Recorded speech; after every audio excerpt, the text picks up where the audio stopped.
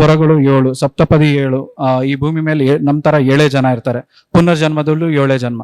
So ಇಂಥ ಎಷ್ಟೊಂದು concept ಈ ಭೂಮಿ ಮೇಲೆ ಸಾಕಷ್ಟಿದೆ ಅಂತ ಒಂದು ಪ್ರಶ್ನೆ, ಅಂದ್ರೆ ಒಗಟೆ ಬಿಡ್ಸಕ್ಕಾಗದಿರೋಂಥ ಪ್ರಶ್ನೆ ಮೇಲೆ ನಾವೊಂದು ಸಿನಿಮಾನ್ ಮಾಡಿದೀವಿ. ಕತೆ ಬಗ್ಗೆ ಹೇಳಬೇಕು ಅಂತ ಅಂದ್ರೆ, ಇದರಲ್ಲಿ ಈಗ ಎಷ್ಟೊಂದು ಕಾಡಲ್ಲಿ ಬರೀ ನೀವು ಮೇಲಿಂದ ಕಾಡನ್ನ ನೋಡಿದಾಗ ಅದು ಸುಂದರವಾಗಿ ಕಾಣುತ್ತೆ, ಆದ್ರೆ ಅದ್ರ ಒಳಗಡೆ ಎಷ್ಟೊಂದು ನಿಗೂಢ ವಿಷಯಗಳಿರುತ್ತೆ. ಅಂತ ಒಂದು ವಿಷಯನ ಇಟ್ಕೊಂಡು ಕತೆನ ಮಾಡಿದೀವಿ. ಹಳೆಯ ಕಾಲದಲ್ಲೂ ಅಷ್ಟೇ, ಈಗಲೂ ಅಷ್ಟೇ, ಮತಿಗೆಟ್ಟೆ ಶೋಲೆ ಅಂತ ಒಂದು ಫಾರೆಸ್ಟ್ ಇದೆ ಕೊಡೈಕೆನಾಲಲ್ಲಿ. ಅದರಲ್ಲಿ ಸಾಕಷ್ಟು ವಿಸ್ಮಯಕಾರಿ ವಿಷಯಗಳು ನಡೆದಿದೆ. ಅಲ್ಲಿ ಯಾರೇ ಕಾಡಿಗೆ ಹೋದ್ರೂ ಅವ್ರು ವಾಪಸ್ ಬರಲ್ಲ ಅನ್ನೋ ಪ್ರತೀತಿ ಇದೆ. ಈಗ ಗೌರ್ಮೆಂಟ್ ಅವ್ರು ಕೂಡ ಅದನ್ನ ಬ್ಯಾನ್ ಮಾಡಿದ್ದಾರೆ. ಈಗ ಅಂತ ಅಲ್ಲ, ಮಹಾಭಾರತದ ಕಾಲದಲ್ಲೂ ಇಂಥ ವಿಚಿತ್ರವಾಗಿರೋ ವಿಸ್ಮಯಗಳು ನಡೆದಿದೆ. ಅರ್ಜುನ ಪ್ರಮಿಳಾ ರಾಜನ ಸೋಲಿಸಿ ಬರಬೇಕಾದ್ರೆ ಅವನು ಒಂದು ಕಾಡಲ್ಲಿ ಸ್ಟೇ ಆಗ್ತಾನೆ. ಆ ಕಾಡಲ್ಲಿ ಸ್ಟೇ ಆದಾಗ ಅವನು ಕೆರೆಯಲ್ಲಿ ನೀರು ಕುಡಿಬೇಕಾದ್ರೆ ಅವನ ಕುದುರೆ ಹೆಣ್ಣು ಕುದುರೆ ಕನ್ವರ್ಟ್ ಆಗಿರೋ ರೀತಿ ಕಾಣುತ್ತೆ. ಅದ್ರ ನೆಕ್ಸ್ಟ್ ಅದೇ ಇನ್ನೊಂದು ಕೆರೆಯಲ್ಲಿ ನೀರು ಕುಡಿದಾಗ ಅದು ಹುಲಿಯಾಗಿ ಕನ್ವರ್ಟ್ ಆಗಿರೋ ತರ ಕಾಣುತ್ತೆ. ಸೊ ಅವಾಗಲೇ ಭ್ರಮೆ ಅನ್ನೋದು ಸೃಷ್ಟಿಯಾಗಿದೆ. ಸೊ ಈಗ ಅಂತ ಅಲ್ಲ, ಎಷ್ಟೋ ವಿಚಾರಗಳಿಗೆ ನಮಗೆ ಗೊತ್ತಿಲ್ಲ, ಅದನ್ನ ಅನುಭವಿಸಿದಾಗಲೇ ಗೊತ್ತಾಗೋದು. ಸೊ ಅಂಥ ವಿಚಾರನ ಒಂದಿಡ್ಕೊಂಡು ನಾವು ಕಾಡು ಮಳೆನ ಮಾಡಿದೀವಿ. ದಯವಿಟ್ಟು ಎಲ್ಲರೂ ಥಿಯೇಟ್ರಿಗೆ ಬಂದು ಇದನ್ನ ಸಿನಿಮಾ ನೋಡಬೇಕು. ಒಂದು ಹೊಸ ಅನುಭವ ಸಿಗುತ್ತೆ ಅಂತ ಹೇಳ್ತೀನಿ. ಅದಕ್ಕಿಂತ ಹೆಚ್ಚಾಗಿ ಒಂದು ವಿಜುವಲ್ ಎಫೆಕ್ಟ್ ಆಗಲಿ, ಒಂದು ಸೌಂಡ್ ಎಫೆಕ್ಟ್ ಆಗಲಿ, ಎಲ್ಲರನ್ನೂ ಕಾಡು ಒಳಗಡೆ ಕರ್ಕೊ ಹೋಗುವಂಥ ಜವಾಬ್ದಾರಿನ ನಾವು ಮಾಡಿದ್ದೀವಿ. ಅವ್ರಿಗೊಂದು ಬೇರೆ ರೀತಿ ಅನುಭವನೇ ಆಗುತ್ತೆ. ಏನಕ್ಕೆ ಅಂದರೆ, ಇಲ್ಲಿವರೆಗೂ ನಾವು ನಾರ್ಮಲ್ ಲೊಕೇಶನ್ಸಲ್ಲಿ ಶೂಟ್ ಮಾಡಿರೋದ್ರಾಗಿರಲಿ ಅಥವಾ ನಾರ್ಮಲ್ ಕತೆಗಳಾಗಲಿ, ಅದೆಲ್ಲ ಇಲ್ಲಿಲ್ಲೇ ಲೊಕೇಶನ್ಗಳಲ್ಲಿ ಶೂಟ್ ಮಾಡ್ತೀವಿ. ಎಲ್ಲದಕ್ಕಿಂತ ವಿಶೇಷ, ಪೂರ್ತಿ ಸಿನಿಮಾ ಕರ್ನಾಟಕದಲ್ಲೇ ಆಗಿದೆ. ಎಲ್ಲ ಲೊಕೇಶನ್ ಕರ್ನಾಟಕದ್ದೇ, ಸಿರ್ಸಿ ವೆಸ್ಟರ್ನ್ ಘಾಟ್ಸಲ್ಲಿ ಶೂಟ್ ಮಾಡಿದ್ದೀವಿ. ಸೊ ಆ ಡೆನ್ಸ್ ಫಾರೆಸ್ಟಲ್ಲಿ ಶೂಟ್ ಮಾಡಬೇಕಾದ್ರೆ ನಮ್ಗೆ ಸುಮಾರು ಚಾಲೆಂಜಸ್ಗಳಾಗಿತ್ತು. ಅಂದರೆ ಅಲ್ಲಿ ಪಿಟ್ ವೈಪರ್ಸ್ ಆಗಿರ್ಬೋದು, ಲೀಚಸ್ ಆಗಿರ್ಬೋದು, ಅದೆಲ್ಲ ತುಂಬಾ ಇತ್ತು. ಅದ್ರ ಮಧ್ಯದಲ್ಲಿ ನಾವು ಒಂದು 80 to 85 ಡೇಸ್ ಶೂಟ್ ಮಾಡಿದ್ದೀವಿ. ಸೊ ತುಂಬ ಚಾಲೆಂಜಿಂಗು ಇತ್ತು, ತುಂಬ ಚೆನ್ನಾಗೂ ಇತ್ತು. ಎಲ್ಲರೂ ಅಲ್ಲಿ ಫೋನ್ ಸಿಗ್ನಲ್ ಸಿಗದಿರೋ ಕಾರಣಕ್ಕೆ ಎಲ್ಲರೂ ರೀಲ್ಸ್ ಎಲ್ಲ ನೋಡೋದು ಬಿಟ್ಟು ಎಲ್ಲರೂ ಪ್ಯಾಷನೇಟ್ ಆಗಿ ಕೆಲಸ ಮಾಡಿದ್ದಾರೆ. ಅದಕ್ಕೆ ಈ ರೀತಿ ಔಟ್ಪುಟ್ ಬಂದಿದೆ. ಅಂದರೆ ಬ್ರೈನ್ ಸ್ಕ್ಯಾಮಿಂಗ್ ಅಂದರೆ ಕಾನ್ಸೆಪ್ಟ್ ಏನು ಗೊತ್ತಾ ಸರ್? ಈಗ ಭ್ರಮೆ ಮತ್ತು ರಿಯಾಲಿಟಿ ಇವೆರಡನ್ನೂ ತಿಳ್ಕೊಳಕ್ ಆಗದಿರೋಂಥ ಸ್ಥಿತಿಗೆ ನಮ್ಮ ಬ್ರೈನ್ ಹೋಗುತ್ತೆ. ಅದನ್ನು ನಾವು ಬ್ರೈನ್ ಸ್ಕ್ಯಾಮ್ ಅಂತ ಹೆಸರಿಟ್ಟಿದ್ದೀವಿ.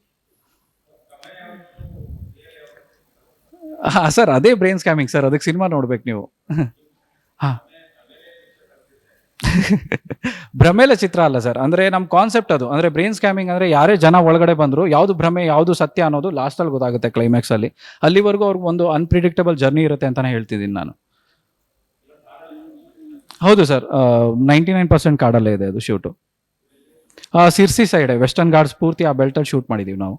ಅಂದರೆ ಜಾಗೃತಿ ಅನ್ನೋದಕ್ಕಿಂತ ಹೆಚ್ಚಾಗಿ ಸರ್, ಕಾಡು ಎಷ್ಟು ಮುಖ್ಯ ಅನ್ನೋದನ್ನ ಹೇಳ್ತಾ ಇದ್ದೀವಿ. ಈಗಿನ ಕಾಲದಲ್ಲಿ ಎಲ್ಲ ಕಾಡನ್ನೆಲ್ಲ ನಾಶ ಮಾಡ್ತಾ ಇದ್ದಾರೆ. ನಾವು ಎಲ್ಲಾನು ತುಂಬ ಯೋಚನೆ ಮಾಡಿ ಅಲ್ಲಿ ಶೂಟ್ ಮಾಡಿದ್ದೀವಿ. ತುಂಬ ಕಡಿಮೆ ಕ್ರೂ ಅವರು ಅಲ್ಲಿ ಹೋಗಿ ಕೆಲಸ ಮಾಡಿದ್ದೀವಿ. ಅಲ್ಲಿ ಕಾಡಲ್ಲಿ ಯಾವುದೇ ಗಿಡಗಳಾಗಿರಲಿ, ಯಾವುದೇ ಮರಗಳಾಗಿರಲಿ, ಅದನ್ನೆಲ್ಲ ಯಾವುದನ್ನು ತೊಂದರೆ ಕೊಡ್ದೇನೆ ನಾವು ನಮ್ಮ ಕಡೆಯಿಂದ ಸೇಫ್ಟಿಲಿ ಏನೇನು ಪ್ರಿಕಾಷನ್ಸ್ ತೊಗೋಬೇಕೋ ಅದನ್ನೆಲ್ಲ ತಗೊಂಡು. ಇಲ್ಲ, ಇದೇ ನನ್ನ ಮೊದಲನೇ ಸಿನಿಮಾ ಸರ್, ಇದೇ ನನ್ನ ಮೊದಲನೇ. ಇಡೀ ತಂಡ ಹೊಸ ತಂಡ. ನಮ್ಮ ಡೈರೆಕ್ಟರ್ ಸಮಥ ಅವರಾಗಿರ್ಬೋದು, ನಾನಾಗಿರ್ಬೋದು, ನಮ್ಮ ಹೀರೋಯಿನ್ ಸಂಗೀತ ಅವರಾಗಿರ್ಬೋದು, ನಮ್ಮ ಮ್ಯೂಸಿಕ್ ಡೈರೆಕ್ಟರ್ ಮಹಾರಾಜ ಅವರಾಗಿರ್ಬೋದು, ನಮ್ಮ ಕ್ಯಾಮ್ರಾಮ್ಯಾನ್ ರಾಜು ಅವರಾಗಿರ್ಬೋದು, ಎಲ್ಲರದು ಮೊದಲನೇ ಸಿನಿಮಾ ಸರ್. ಹಾಂ ಸರ್, ಅದು ಸಹಜವಾಗಿರುತ್ತೆ. ಆದರೆ ನಾನು ನಂಬೋದು ಏನು ಅಂದರೆ, ನಮ್ಮ ಕಾರ್ಯ ನಾವು ಕರೆಕ್ಟಾಗಿ ಮಾಡಿದ್ರೆ, ನಮ್ಮ ಕರ್ಮ ನಾವು ಕರೆಕ್ಟಾಗಿ ಮಾಡಿದ್ರೆ ಫಲ ಆ ದೇವ್ರು ಕೊಡ್ತಾನೆ. ಸೊ ನಮ್ಮ ಕೆಲಸ ನಾವು ಕರೆಕ್ಟಾಗಿ ಮಾಡಬೇಕು ಅನ್ನೋದು ಅಷ್ಟೇ ನನ್ನ ಉದ್ದೇಶ. ಸಿನಿಮಾ ಮಾಡಬೇಕಾದ್ರೆ ಅದು ಗೆಲ್ಲುತ್ತೋ ಸೋಲುತ್ತೆ ಅಂತ ಯಾರೂ ಮಾಡಲ್ಲ, ಎಲ್ಲ ಗೆಲ್ಲುತ್ತೆ ಅಂತಲೇ ಮಾಡೋದು. ಬಟ್ ಅದಕ್ಕಿಂತ ಹೆಚ್ಚಾಗಿ ಒಂದು ಒಳ್ಳೆ ವಿಷಯ ಅಥವಾ ಹೊಸ ವಿಷಯನ ಜನಕ್ಕೆ ತಲುಪಿಸ್ಬೇಕು ಅನ್ನೋ ಉದ್ದೇಶ ನಮಗಿತ್ತು. ಸೊ ಅದಕ್ಕೋಸ್ಕರ ಈ ಸಿನಿಮಾ ಮಾಡಿದ್ವಿ ಸರ್. 45 to 50 ಥಿಯೇಟರ್ಸಲ್ಲಿ ರಿಲೀಸ್ ಮಾಡ್ತಾ ಇದ್ದೀವಿ. ಇಲ್ಲ, ಆಲ್ಮೋಸ್ಟ್ ಸರ್ ಇದು ಕಂಪ್ಲೀಟ್ಲಿ ಮಲ್ಟಿಪ್ಲೆಕ್ಸ್ ಸಿನಿಮಾನೇ ಇದು. ಯಾಕೆ ಅಂದರೆ ಇದರ ಸೌಂಡ್ ಎಫೆಕ್ಟ್ಸ್ ಆಗಲಿ, ನಿಮಗೆ ವಿಜುವಲ್ ಟ್ರೀಟ್ ಆಗಲಿ, ಅದನ್ನೆಲ್ಲ ನಾವು ಅಟ್ಮಾಸ್ ಮಿಕ್ಸಿಂಗೇ ಮಾಡಿಸಿದ್ದೀವಿ. ಸೊ ಅವ್ರಿಗೊಂದು ಜರ್ನಿ ಬೇಕು ಅಂದರೆ ಮಲ್ಟಿಪ್ಲೆಕ್ಸಲ್ಲೇ ನೀವು ಹೈಯೆಸ್ಟ್ ಅನುಭವನ ಪಡೆಯಬಹುದು. ಅದಕ್ಕೆ ಮಲ್ಟಿಪ್ಲೆಕ್ಸ್ ಅದು. ಕಾಡುಮಳೆ ಅನ್ನೋದು ಒಂದು ಚಿತ್ರ, ಒಂದು ವಿಭಿನ್ನವಾದ ಚಿತ್ರ. ಇದು ಸಾಮಾನ್ಯವಾಗಿ ಯಾವ ಜಾನರ್ಗೆ ಸೇರುತ್ತೆ ಅಂತ ತುಂಬಾ ಕಡೆ ಪ್ರಶ್ನೆ ಮೂಡಿ ಬಂದಿದೆ. ನಿಮ್ಮ ಚಿತ್ರ ಯಾವ ಟೈಪ್ ಆಫ್ ಆಡಿಯನ್ಸ್ಗೆ ರೀಚ್ ಆಗುತ್ತೆ, ಯಾವ ಜನರಿಗೋಸ್ಕರ ನೀವು ಮಾಡಿದ್ದೀರಾ ಅಂತ. ಇದು ಒಂದು ಪ್ರಕೃತಿಯ ಆಧಾರಿತ ಒಂದು ವಿಸ್ಮಯವಾದ ಒಂದು ವಿಷಯನ ಇಟ್ಕೊಂಡು ನಾವು ಈ ಚಿತ್ರನ ರಚನೆ ಮಾಡಿದ್ದೇವೆ.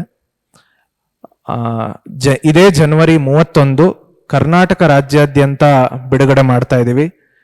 ಟ್ರೈಲರ್ ಕೂಡ ಆಲ್ರೆಡಿ ನಾವು ಯೂಟ್ಯೂಬ್ ಚಾನಲಲ್ಲಿ ಬಿಡುಗಡೆ ಮಾಡಿದ್ದೀವಿ. ಸೊ ಜನವರಿ 31ಕ್ಕೆ ಎಲ್ಲರೂ ಬಂದು ಚಿತ್ರ ನೋಡಬೇಕು ಅಂತ ವಿನಂತಿ ಮಾಡ್ತೀವಿ.